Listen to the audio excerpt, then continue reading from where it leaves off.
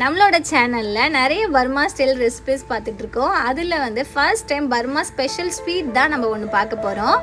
அந்த sweet name என்னன்னு பார்த்தீங்கன்னா சனேமுகி அல்வா தான். நிறைய பேருக்கு பர்மா டிஷ்ஷஸில் வந்து தெரிஞ்சிருக்கோம். இது அது எப்படி செய்யுது நம்ம இன்னைக்கு பார்த்துடலாம். ஒரு கடாயில் வந்துட்டு கொஞ்சமாக நெய் ஊற்றிக்கோங்க. ரவையை வந்து வறுத்து எடுத்துக்கலாம். இப்போ அதே கடாயில் நம்ம வந்து தேங்காய் எண்ணெய் யூஸ் பண்ணிக்கலாம். இந்த ரெசிபிக்கு வந்து நம்ம தேங்காய் எண்ணெய் தான் யூஸ் பண்ணணும். தேங்காய் எண்ணெய் போட்டுட்டு கொஞ்சமாக நெய் ஊற்றிக்கலாம். நெய் ஊற்றிட்டு முந்திரி பருப்பை வந்து வறுத்து எடுத்துக்கலாம். உங்களோட இஷ்டம் தான், முந்திரி பருப்பு போட்டுக்கலாம், பாதாம் பருப்பு போட்டுக்கலாம். நீங்கள் முந்திரி பருப்பு மட்டும் போட்டிருக்கேன். இதையுமே வறுத்து நம்ம எடுத்து தனியாக வச்சுக்கலாம். ரவையுமே வறுத்து தனியாக எடுத்து வச்சுக்கோங்க. இப்போ இந்த ரெசிபிக்கு வந்து நமக்கு முக்கியமாக தேங்காய் பால் தேவை. ஒரு தேங்காவை அரைச்சி நான் பால் எடுத்து வச்சுருக்கேன்.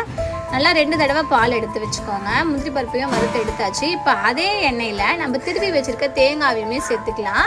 தேங்காவை நல்லா திருவி சேர்த்துக்கோங்க. சேர்த்துட்டு அதையுமே நல்லா வந்து பொன்னிறமாக நம்ம வறுத்து எடுத்து வச்சுக்கலாம்.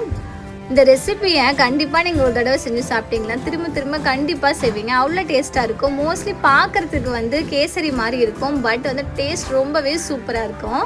கண்டிப்பாக சேவ் பண்ணி வச்சுட்டு ட்ரை பண்ணி பாருங்கள். இப்போது அதே எண்ணெயில் வந்து நம்ம எடுத்து வச்சுருக்க தேங்காய் பாலையுமே சேர்த்துக்க போகிறோம். தேங்காய் பால் சேர்த்துட்டு ஒரு 1.5 செம்பு அளவுக்கு தண்ணியுமே சேர்த்துக்கலாம். நான் இன்றைக்கி வந்து 3/4 கிலோ அளவுக்கு சனேமுகி அல்வா செய்ய போகிறேன். 3/4 கிலோ ரவைக்கு 3/4 கிலோ விட கொஞ்சம் அதிகமாக நான் சக்கரை சேர்த்துருக்கேன். இப்போ கொஞ்சமாக உப்பு சேர்த்துக்கோங்க, எல்லாத்தையுமே பேலன்ஸ் பண்ணி கொடுக்கறதுக்காக. இப்போ நம்ம வறுத்து வச்சுருக்க முந்திரி பருப்பெல்லாம் நம்ம இந்த மாதிரி கட் பண்ணி எடுத்துக்கலாம் குட்டி குட்டியாக. கசகசாவையுமே கொஞ்சமாக வறுத்துட்டு இந்த மாதிரி 3த்தையுமே போட்டு மிக்ஸ் பண்ணி தனியாக எடுத்து வச்சுக்கோங்க.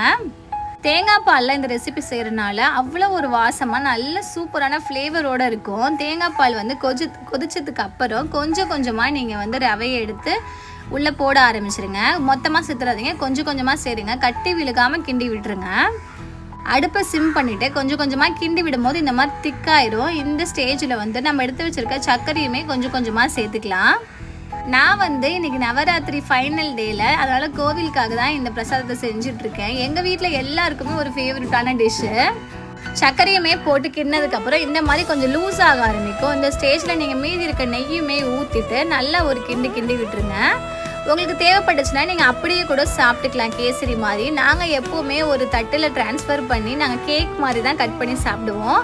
ஆறதுக்கு முன்னாடியே ஒரு தட்டில் வந்து இந்த மாதிரி போட்டு ஃபுல்லாக ஸ்ப்ரெட் பண்ணி விட்டுருங்க. ஃபைனலாக வந்து நீங்கள் எடுத்து வச்சுருக்க அந்த தேங்காய் முந்திரி பருப்புலாம் இருக்குல்ல, அதையுமே மேலே சேர்த்துக்கலாம். கொஞ்சமாக தேங்காய் எண்ணெயுமே சேர்த்துட்டு அதுக்கப்புறம் அப்படியே கையை வச்சு நீங்கள் அப்படியே ஸ்ப்ரெட் பண்ணி விட்டுட்டு ஒரு 1 hour கழிச்சு நீங்கள் எடுத்தீங்கன்னா சூப்பரான சனேமுகி அல்வா ரெடி ஆயிரும்.